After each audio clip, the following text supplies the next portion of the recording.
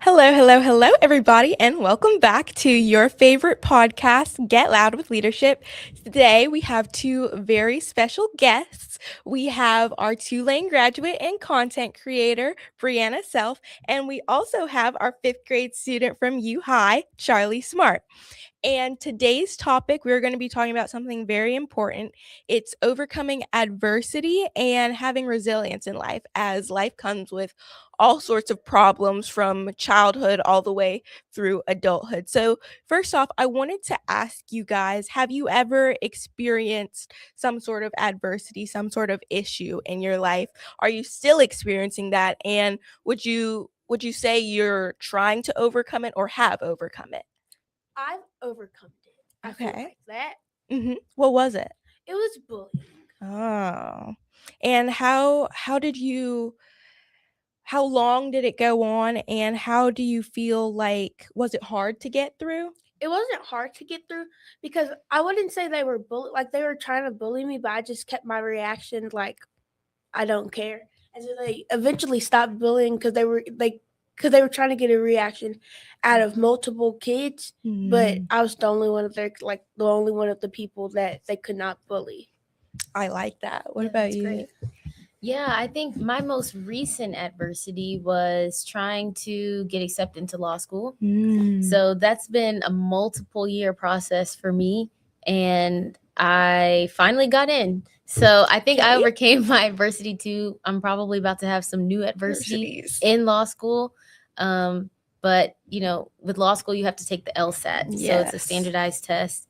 And it's very different from other standardized tests that I've taken. I actually like kind of testing because I like studying and like feeling good, like I'm Like I got accomplishing this. something. But with the LSAT, it's not really information that you have to like study and memorize and learn. It's more like a a way of thinking that you Mhm. really have to be good at, and you only get good at it through doing a lot of practice. And it takes, a lot of people recommend at least 8 months. So the first time I took the LSAT, I only studied for about like maybe 1 to 3 months. So I was cutting it very close and I didn't get the score I wanted. And I've taken it about 4 times now, but I finally got a good enough score because that kind of affects your scholarships. Mhm. And grad school is expensive. So so I finally got a good enough score to get a good scholarship. And That's I think amazing. I think I overcame my adversity. So I feel like we're all kind of in turning points of our life. You're about to start middle school, which is very, very exciting. I know my middle school experience, I thought it would be just like a cooler version of elementary school kind of, but it was very much so different, and it came with its own sets of challenges. I'm personally in 11th grade, so I'm about to go into my senior year. I'm really locked in at looking at colleges right now, where I want to go, what scholarships I want to apply for, what I want to major in. You're about to go to law school, so you're figuring out that whole thing. So I wanted to ask you guys, in these major shifts in your life? I know you may not know yet because you haven't gotten there into middle school yet, but how do you think that's going to affect your sense of self? And how do you think that's going to change how you like approach the world? Maybe like, will you approach it differently? I think there might be it might depend on the kids that come in and how they act and how I might approach the world differently. So I wouldn't say that I would not approach the world differently. I might just be my same self, but it just depends how my middle school year goes. Because I'm in fourth grade right now, Oh, okay, you're in fourth grade. Gotcha. but sometimes our school counts fifth grade as middle Middle school school. because we get the lockers. Lockers. So it's kind of nervous. Like I'm nervous about going to middle school, but I just know that like there might be bigger things and better things that God has Planned, planned for me. yes. And I know that's right. Keep faith first always, you guys. What about you? And like, cause you're like our kind of expert here. You've graduated high school, you've graduated college, you're going to law school now. So with these like big shifts in your life, how would you say it like changed you and made you grow as a person? I feel like I've grown so much, and I never felt like I was like a big follower in school or anything. Like I always kind of knew who I was at the core, but there were a lot of things about myself that I had to learn in college. I think that's where I really felt the biggest jump in college, because I left home and I had to live by myself and just see where I really fit into the world. So I think that was my biggest growing period. But I think at any big transition in life, when you're in a new environment and you meet new people, you do learn new things about yourself because you have to go through different types of adversity. And so I don't, people say like kind of a cliche, but when you lose or you take an L, don't think of it as a loss. Think of it just as a learning experience. Or when you're like struggling through something, you're always growing through that. I think you always change. And I mean, as long as you kind of like stick to your moral values and you stay, ethically right, I think that you'll always look back and feel like, I learned something, not just like, oh, that was rough to go through. I think you'll always turn out a little bit stronger, a little bit better. What would you two say with the adversities that you have faced? What would you say is something you learned that you maybe didn't expect to have come out of it with new information? Any type of adversity, whether bullying, family, school, grades, yourself, any type of adversity. What's something you've learned? 3 years ago now, my grandpa died. Oh, I'm so sorry. And it was kind of a shock to my whole family because we didn't know anything was wrong with him or anything. And so we didn't find out until like he was in the house for a day and they found him, his friends found him. So it was kind of like a shock because we didn't know that it happened. It's okay. But we got through it. We still remember his legacy. Like during Christmas, we had like a party with his friends to remember him, and it was fun. So I think we got through it. So that's amazing. And I know there are those tough times that we don't expect a lot. I think like sometimes we're so stuck in life and we're like living through the moment that like and everything seems fine and everything's normal, and then something out of the blue, it just hits us. And I think it's a bit of a shock, like you said, and sometimes we don't know how quite to deal with it. But I think it's through having to get through it, having to take it day by day, that we learn new things about ourselves and new things about how we can grow and process that sort of grief. What about you, Brianna? What would you say is something that you've learned? I think like when I was in college, and when I had to live by myself, that's, like I said, I think that was the biggest growing and biggest learning experience for me because I was very, very shy as a kid. And I had like a sense of style and I had hobbies and things that I did, but I didn't really feel like I fit in anywhere, or like when I would meet people, I didn't really know how to be myself because I didn't know who I was. I didn't know what personality to have. And I was so preoccupied with what other people were thinking of me, like how was I coming off? So I was scared to do anything. So I just kind of like clammed up and didn't really have much of a personality around new people or in anywhere I was uncomfortable.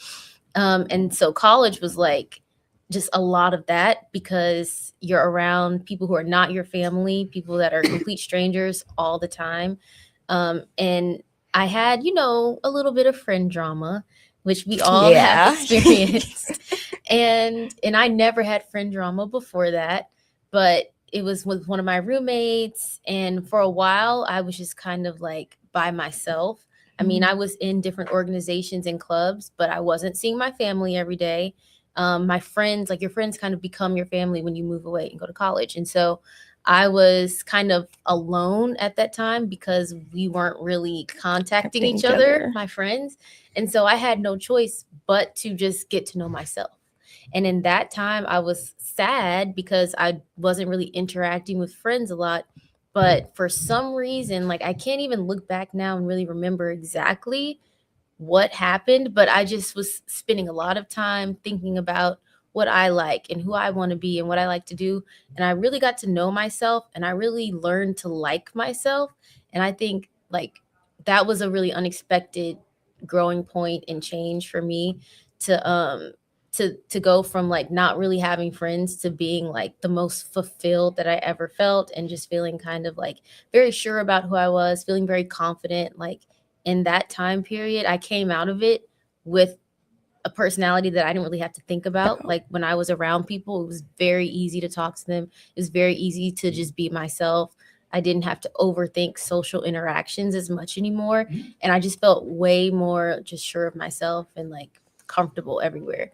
Like comfortable in my own skin and comfortable to try new things. So I think like a lot of times when you go through adversity, a lot of good things can come out of it. And you just have to kind of look for the silver lining, look for the upside. I lost some friends, but I also like gained some new friends, better friends, because I was a better version of myself after coming through that. I think adversity and overcoming it has a funny way of, I don't know, bringing you closer to yourself almost. You learn not only like new things about the world, but also new things about yourself and how you want to approach the world. And I definitely agree with you on saying you learn to like yourself more. And I love when you mentioned staying rooted to your own morals and your own values when overcoming adversity. I personally, when I was in middle school at U High, I had just moved here. Actually, I just moved to Louisiana, and I was in the 7th grade. It was mid-year 7th grade, and it was just so different to me because I was from California. And so everything was just different. All the people were different. Everybody acted different. There were all these new social norms, and I was just like, okay, how do I make friends? Like how? And I was like, how do I fit in? Like, and so like for probably, I want to say that entire semester, it was really just me like shifting my personality over and over again, depending on like the group I was with, trying to like fit into like what they wanted to see, like the type of friend they wanted to have. And I thought I had sort of like found my group and found my people going into the 8th grade. And then middle school, as you know, happens, friend drama. And so I ended up being basically like ostracized from that friend group. And it felt like I had to like start all over again. And I was like, I thought I had like found who I was, and I had found myself, and I had found my people, and I had found like the things that like made me happy. And I realized that over time, like the people I was hanging around and the things that we were doing, they weren't really that fulfilling to me. I kind of just liked being a part of a group and being a part of something, but it wasn't truly who I was, and it wasn't fulfilling myself and my soul. So I spent probably like a couple months alone, and I'd sit with like a group of friends that were kind of close, somewhat close, but it felt like I was pretty alone in that time.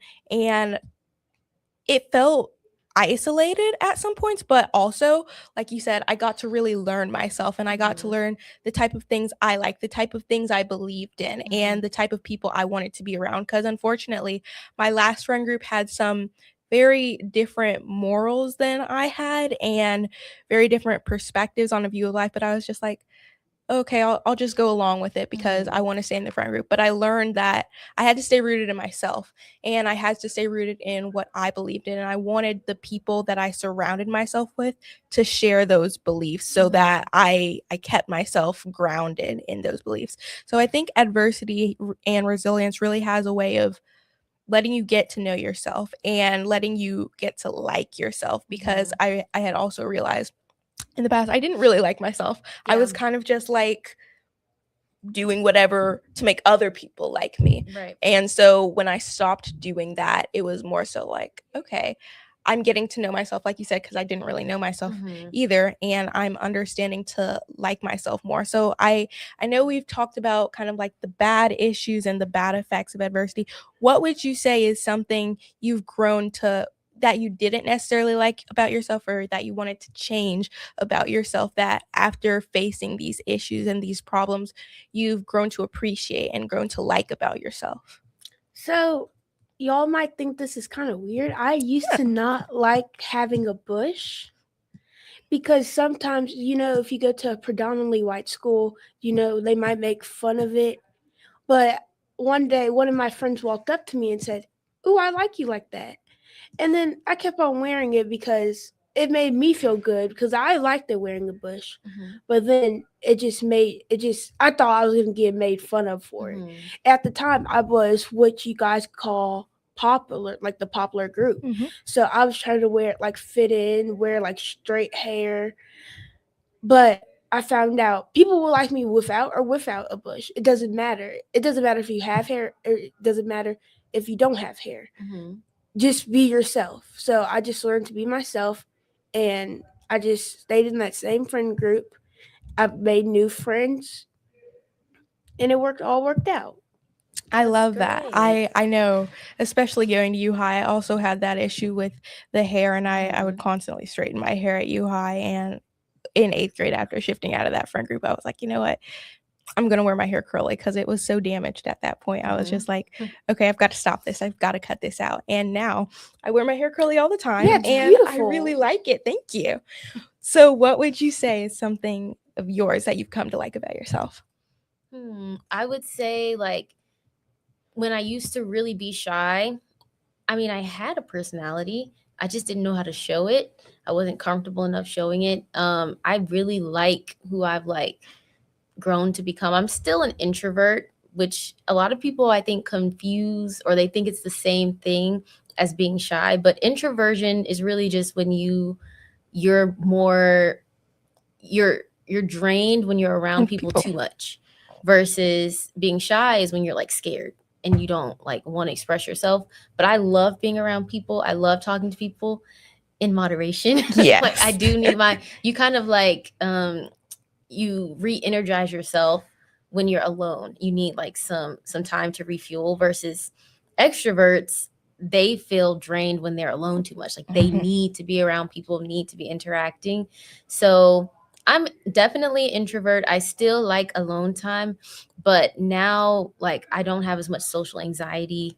I love like who I've become around people. I think like in general, I have great interactions with people. Like that's something that my 16-year-old self, I don't know if I ever saw that happening for me. Like it was such a stressful experience going to school, going to church, even coming to leadership. Yes. Mr. Fields would make me get up and stand talk. Like even up until maybe I was like in my early 20s, because now I'm 28, but like early 20s, I was very like anxious anytime I had to be around humans, because it was just, there's so many different moving pieces, and I would overthink it a lot. Now I don't have to go through that as much. So life is a lot easier because I'm interacting with people all day, every day, especially as a teacher. I'm interacting with hundreds of people a day. Ooh, I know that's right.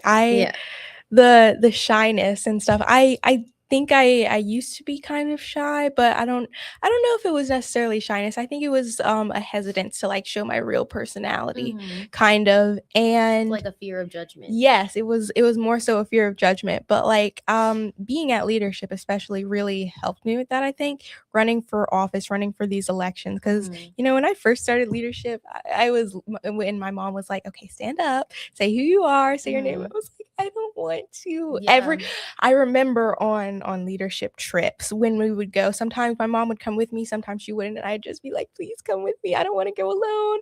I don't know people, and they're not gonna like me, and I'm so scared about this. And I think it was last summer, I went on the Disney senior trip with the graduating seniors, and I was without my mom, and I was just like the entire bus ride to Florida, I was like on the phone with my mom. I was like, I'm not talking to anybody, nobody's gonna like me, like please come get me. And she was like, no, you're fine, stick it out. And so I was like, okay, I'm gonna stick it out, I guess, because what can I do?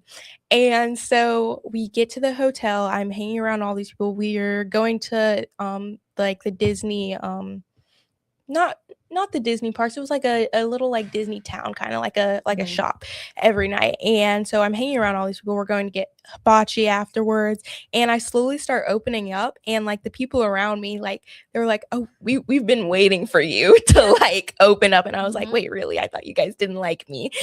And so leadership really helped me, I feel like, in making myself seen, because after that, you know, I ran for secretary, and I actually won secretary, and I was really shocked, because I was like, wait, whoa. And now people like come up to me, and people are like, oh, hi, Michaela, and they're like talking to me. If you would have told my 8th grade self like this would be my leadership experience, I would have been like, no way. Yeah. Like, I don't talk to anybody, and I'm scared of everybody here. Mhm. But, people come up to me and they don't think that about me anymore. And when I tell people that, they're like, really? I wouldn't have thought that about you. And so I feel like I definitely relate to that experience of yours. How would you guys say, like, what was your biggest strategy in overcoming adversity? Because I know sometimes it's just like take it day by day, push through. But what would you guys say is like your biggest strategy or your biggest advice to people going through some kind of issue right now? So my advice to people that are going through anything right now is just like, if you need to cry or let it out, like, do not just hold it in, because that's going to make it worse. Because I had to learn that the hard way. Yes. If I was not crying, I was not doing anything. People that know me, they know I'm not a shy person. So when my grandpa died and when I had other stuff going on in the world, I was quiet. And they're like, I never seen you like this before. Are you the same person? And I wouldn't cry. But then my mom just sat me down, had a long talk with me. She said, if you need to cry, just let it out. I started crying and crying and crying. And it just worked. And then now I feel much stronger about myself. And I feel like I don't need to be tough 24/7. Like, I could just calm down, breathe, have a breather for a second. Yes, I think that's definitely a great strategy. I know I used to struggle a lot with like having to put on that brave face, and people could kind of see what was going on and what was wrong, but I'd make it like a point not to ever like show it. At some point, you have to take a moment to let it out, not only because if you don't let it out, you're not like processing those feelings and you're not truly like trying to figure out like the cause of it, and you're not sitting with yourself and actually working through those feelings, but also at some point you're gonna break. And I think most people would rather it be, at home when they're in like a nice, like controlled space when they know they're safe than somewhere public. Cause I know like I used to cry at school. Yes. Like I know I would just like run in the bathroom and just start crying. I would hold stuff in so much, and then in school, like a teacher would say like one like small little thing, and all of a sudden I'd just be bawling, and they'd be like, "Whoa, like what's wrong?" And I'd be like, "I'm sorry, it's not you." Like it's just everything. And so I've had to learn to take those moments and like just step aside for a moment. And it sounds really weird, I guess, sometimes, but sometimes like at night I'll sit down and I'll like put on like a song I know I'll relate to, something that expresses myself. And I don't want to say I'll make myself cry, but I'll kind of just like let myself have the space to just like cry, and I'll like allocate like time for that so I can feel those feelings. What would you say is your biggest strategy? I mean, I know we talked about faith a little bit. I think like definitely staying rooted in something that like can help you just have something to hold on to and know that like, the storm won't last forever. Like you're pushing towards something more positive, but also I do like, all the mental health strategies y'all have talked about. Definitely like finding healthy ways to kind of release and relax a little bit. But I also think like, I think there is something to be said about just understanding when you're going through adversity, it's okay to be outside of your comfort zone. Like you kind of have to teach yourself that and talk to yourself like, this is hard, but I can do hard things. Like telling yourself that and kind of pushing yourself through. Like, I mean, there's so many times when that's a useful strategy to use, but just kind of saying to yourself, like, I am strong. Like, this is not going to overcome me. I'm going to overcome this thing. And just kind of, encouraging yourself that way. I mean, listening to music, reading books, listening to podcasts, or like people on social media who talk about how to like stay motivated, how to stay encouraged, all those kind of things. Just surrounding yourself with positive messages, affirmations, all that kind of stuff. Until you're out, until you overcome it. Okay, so I want you to kind of expand on that because I'm like invested now, because I personally, junior year is rough. Like junior year has done a number on me right now, and I just got out of AP exam season, but now we're in final season. I have 3 days left of school, you guys, and I'm trying to do an academic comeback right now, but every time I try and start it, I'm like, I can't do it. It's too hard, and like I'm overwhelmed and I'm stressed, and I'm just trying to like run away from it, really. And I feel like that's not really helping me. And so I wanted to ask you, like, how would you say you went about doing that? And can you give us like some specific examples? So during like exam time in college, there are a lot of like midterms and exams like every semester. So it is very heavy. It is like crunch time where you really just have to lock in. I would say like try to make sure you have like a decent support system. So like making sure the people around you understand what you're going through so that they're not piling on extra stuff. And then I would say try to like make space or set aside a little bit of time. You may not have a lot of time because it's crunch time, you got to lock in, but set aside a little bit of time for self-care. Like give yourself study breaks, listening to music, go for a walk. I mean, go outside. Moving your body is a great way to just kind of like release endorphins. Like I don't know if y'all play sports or anything, but just getting up and dancing a little bit, like going outside for a nice leisurely walk, breathing the fresh air, kind of like just accepting and realizing that I know I have all these big problems that feel very, very overwhelming right now, but I am small. I am one little speck in this universe. And this is something my dad used to say, like, don't sweat the small stuff. Everything is small in the grand scheme of things. Like I'm a teacher, so I just gave the geometry EOC, which is like their big end of the year exam, and they either pass it or they don't. And I had to talk to my 24 students before and say, guys, I know this feels super big, like they're close to tears, but I don't even remember what I got on my geometry EOC. One test is not going to define you for the rest of your life. Obviously, go in and do your best. And they all did great. They all got mastery in advance. Thank God. For my sake too. Like I did a good job teaching them and they worked hard. But don't let these moments like completely just define you. Yeah. Yes. I mean, it's a lot of stuff you're going through right now, you won't remember in 10 years from now. So try to just put everything into perspective. And you really just do have to push through, like give yourself little moments of pleasure, like read a book, listen to a song, eat your favorite snack, give yourself rewards. Like, okay, I'm pushing through and this is the goal. And once I get past that goal, I can go and get my favorite ice cream or like go to the movies, little things like that, you know, and then praying, like having a strong faith and just holding on to, you know, God's promises and things like that. I think those are my biggest tips for how to make it through. Yes, I know you said about the small things, and thank you so much. I feel like that just put a lot into perspective for me because, okay, so in middle school, I feel like almost all of my problems I can trace back. I'm like, middle school was so rough for me. And so I remember I was in the 8th grade and I had all A's. I had all A's since like kindergarten. And I'm trying to remember what even class it was because I don't even remember what class it was at this point.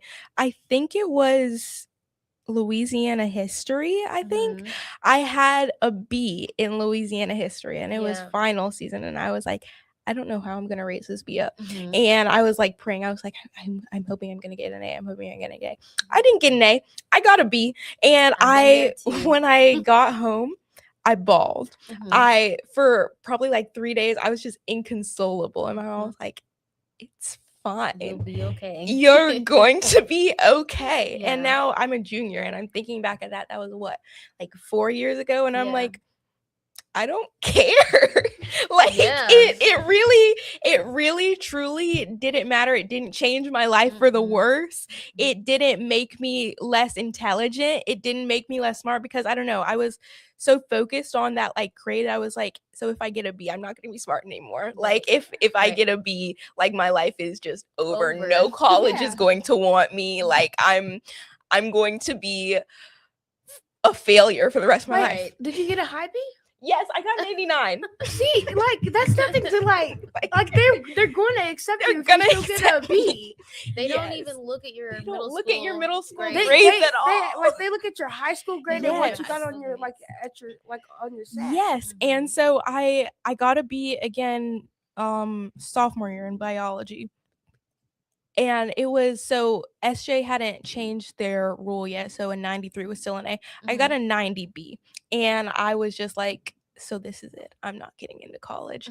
And now I'm in junior year once again, and I'm like, okay, but I'm fine. Like Yeah. I'm really chilling. I got a 34 on my ACT. Like this is not the end of the world. And so Yeah. I think it's very important to like put into perspective like these things are not always going to last, and like one moment in your life isn't going to define you, and even if it's a big moment, it's not going to like this one Trap moment you in there yes, forever. it's not going to trap you in there forever. This one moment is not going to ruin your life for the worse. In fact, it might even Help you. it might even help you. Like, I want to say get stronger. yes, Mhm. getting a B made me better, not only as it made me study more, it made me lock in more, but it also made me like reconsider like my value in myself. Like my value was not in my grades, and my Right. intelligence was not limited to my grades and what I scored on these tests and all that stuff. So Mhm. I think that's really important, putting into perspective that these one moments aren't defining you.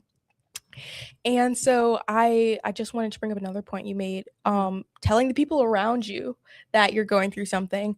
I feel like I didn't even know I was, but I was really hesitant to tell Mhm. people around me like, okay, like I'm struggling with this right now. And so they would, like you said, like load up more stuff onto me. Mhm. And once I finally did tell them, they were like, why didn't you just say that? Like I'm so sorry. I would have chilled out a little bit on Yeah. you. Like just tell the people that you're around, because they will support you. I was so scared. I was Mhm. like, no, they're gonna hate me. They're gonna think I'm weak. They're gonna think all these bad things about me if I Mhm. say this. And in the end, they were just like, you're fine. Yeah. Like, You're they experienced the They'll same we thing. experienced the same thing. Like we understand what you're going through, and we're going to try to help you now. Mhm. If we can make this lighter on you somehow, if we can make this easier, we're gonna do that for Yeah. you. You just need to Chill out. communicate with them and chill out.